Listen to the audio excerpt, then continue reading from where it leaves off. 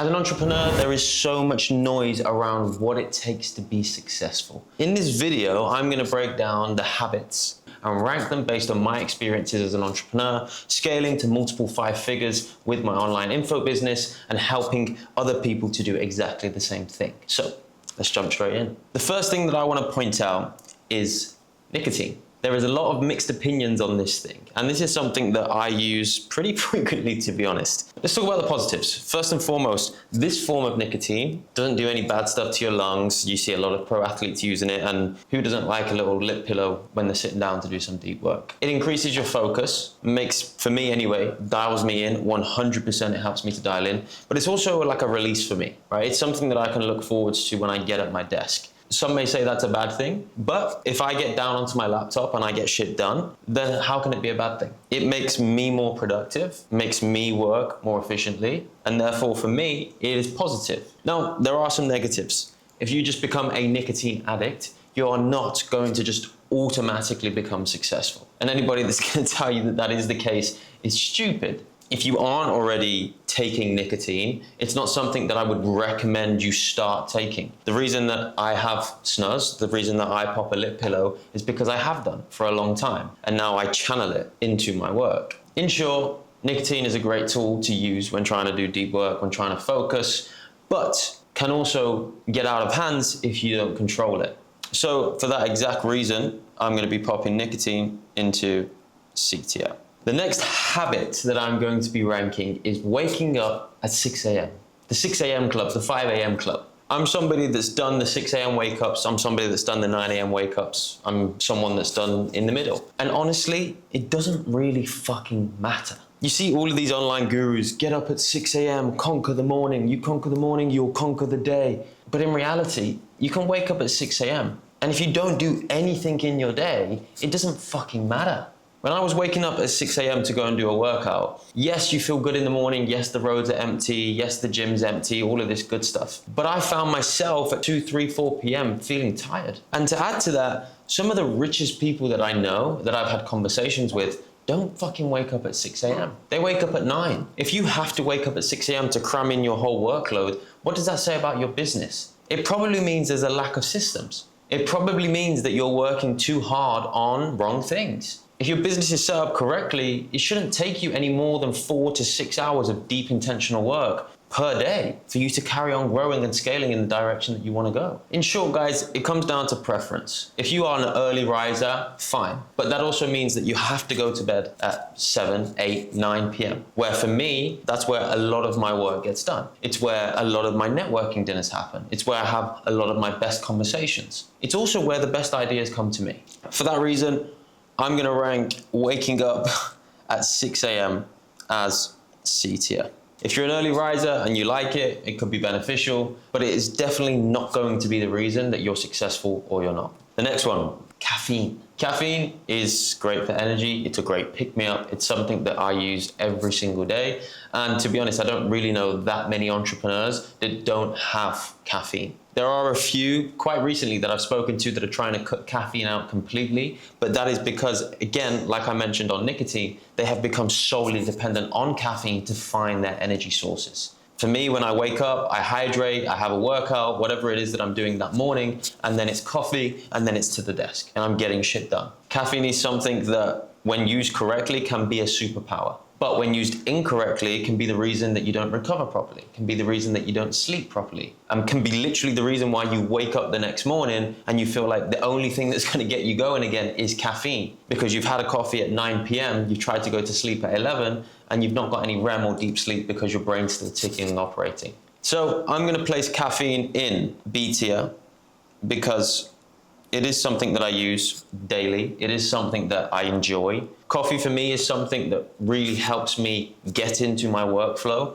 But like everything, when controlled, it can be great. But if it controls you, it can also have a detriment. So that's why it's going to stay in B tier for me. Now, I'm not a gym bro, right? I'm not jacked, but I'm in shape. The reason the gym is a priority for me is because when I look good, I feel good. And when I feel good, I perform well. It's the same reason why I get a haircut every single week. A lot of people have made comments to me saying that, you know, you're so self-absorbed, why are you getting a haircut every week? First and foremost, why do you give a fuck? And second of all, like I said, when I look good, I feel good. And when I feel good, I perform. Part of my brand is being dressed nicely, is looking presentable. Who's gonna wanna part ways with a bunch of money to somebody that doesn't look the part, that looks like a scruff? Now, sidetrack slightly, start talking about my hair and my beard, but the gym also is another version of that. The gym is the first opportunity that you have to show somebody that you're a disciplined individual. It's the first opportunity to show somebody that you get shit done over a consistent period of time. And if I'm going to invest into somebody, if I'm gonna part ways with money to work with somebody, I'm gonna want those traits within that person. There are also a bunch of great people that you can meet inside the right gym communities, which have actually carried our business forward. And also, you get one body, take fucking care of it. So for that reason, I'm gonna put gym as an A-tier habit. I think it's extremely important, especially as a young male or female, to be honest. It's extremely important to take care of your body when you're trying to achieve great things. Next, working late. This goes on and carries on from my point of the waking up at 6 a.m. A lot of people see the clock hit 5 o'clock, 6 o'clock, and then decide that, you know, my working day is done because the clock told me so. But in reality, the people that win are the people that don't stop until it's done. I'm luckily past the stage now where I have to be up until 1, 2, 3 a.m. working on the business because we've got the systems and the infrastructure in place so that I don't have to do that. But there is 100% a stage in your entrepreneurial journey where that is necessary. A simple mindset shift that I used was one of my good friends and actually my old boxing coach gave me this perspective shift. I've just swapped the Netflix for an extra couple of hours at the desk. And when I started to do that, I found that I was getting so much more shit done. Yes, it's not like cut Netflix out completely, but on a Monday to Friday, let's say, cut that Netflix show out, cut that series out and replace it with your work.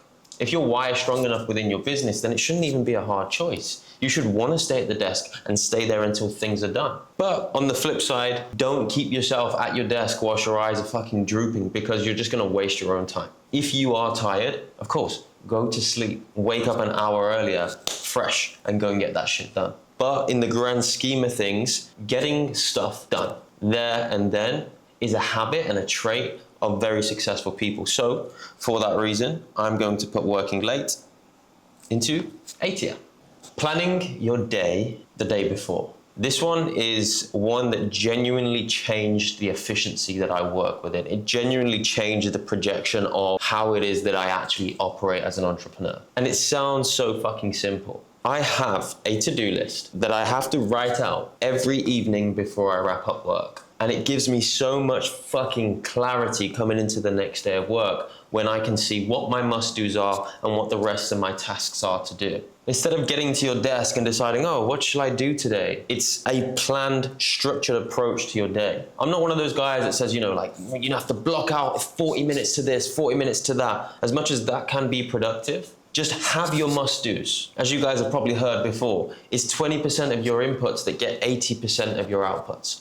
And those 20% are those must-dos. What are the needle movers? Can you plan them before you leave your desk the day before? Can you part ways with 10 extra minutes, 15 extra minutes and say, right, tomorrow, what needs to get done? What's at the top of the priority list? What are the other tasks that I can get done if I find the time? And you tick those motherfuckers off. Doing this literally changed everything for me.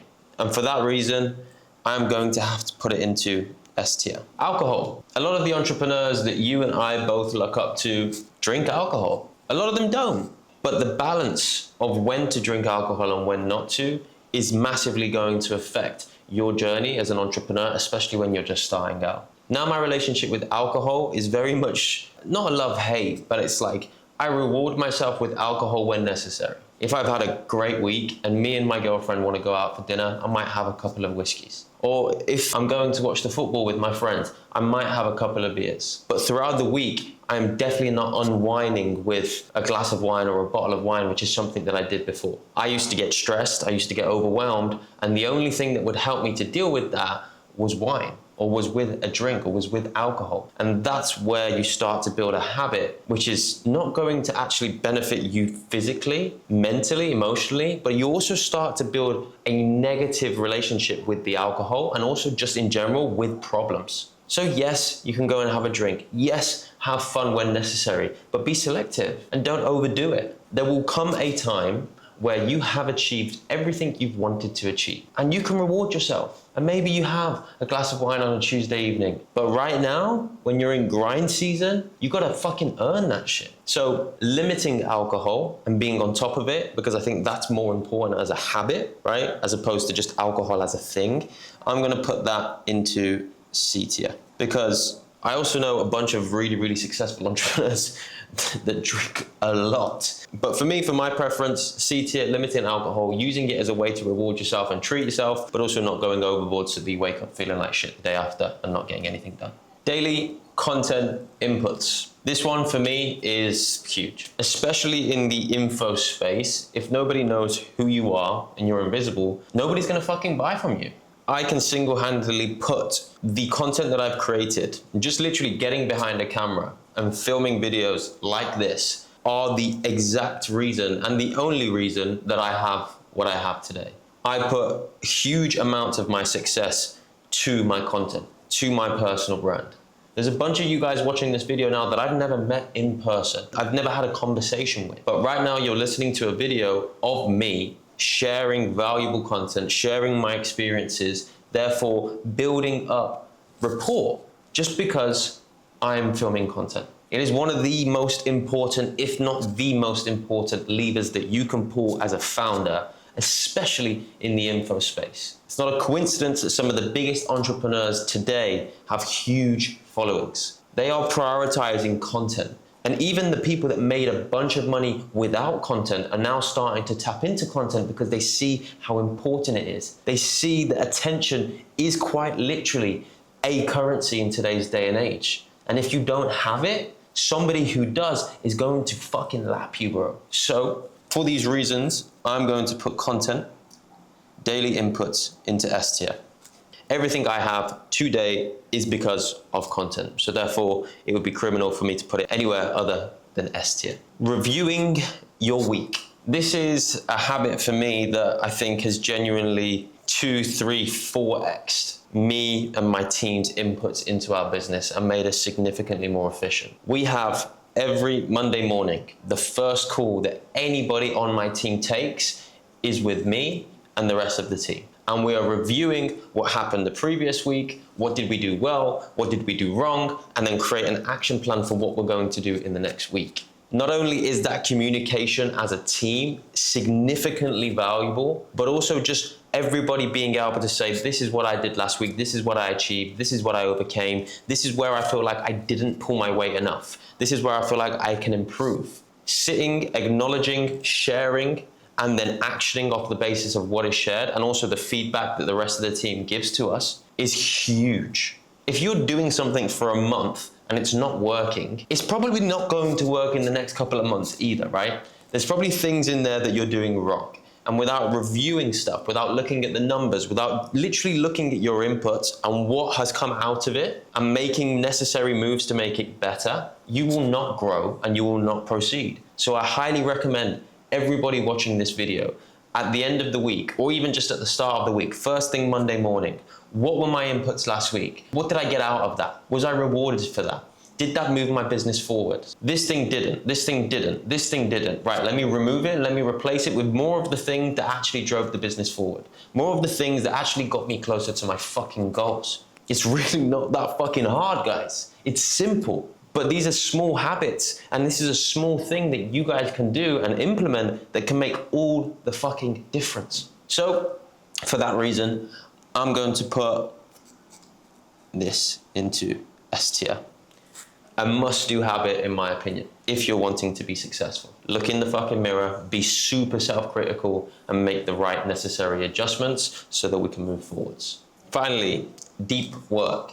And deep work does not mean sitting at your desk and just going to fucking war and putting your camera up and saying, right, this is my deep work. Deep work is no phone, It's no noise. It's no distractions from the girlfriends. It's no calls. It is blocked out time that you are going to apply towards whatever are those needle movers. I mentioned it earlier in the planning.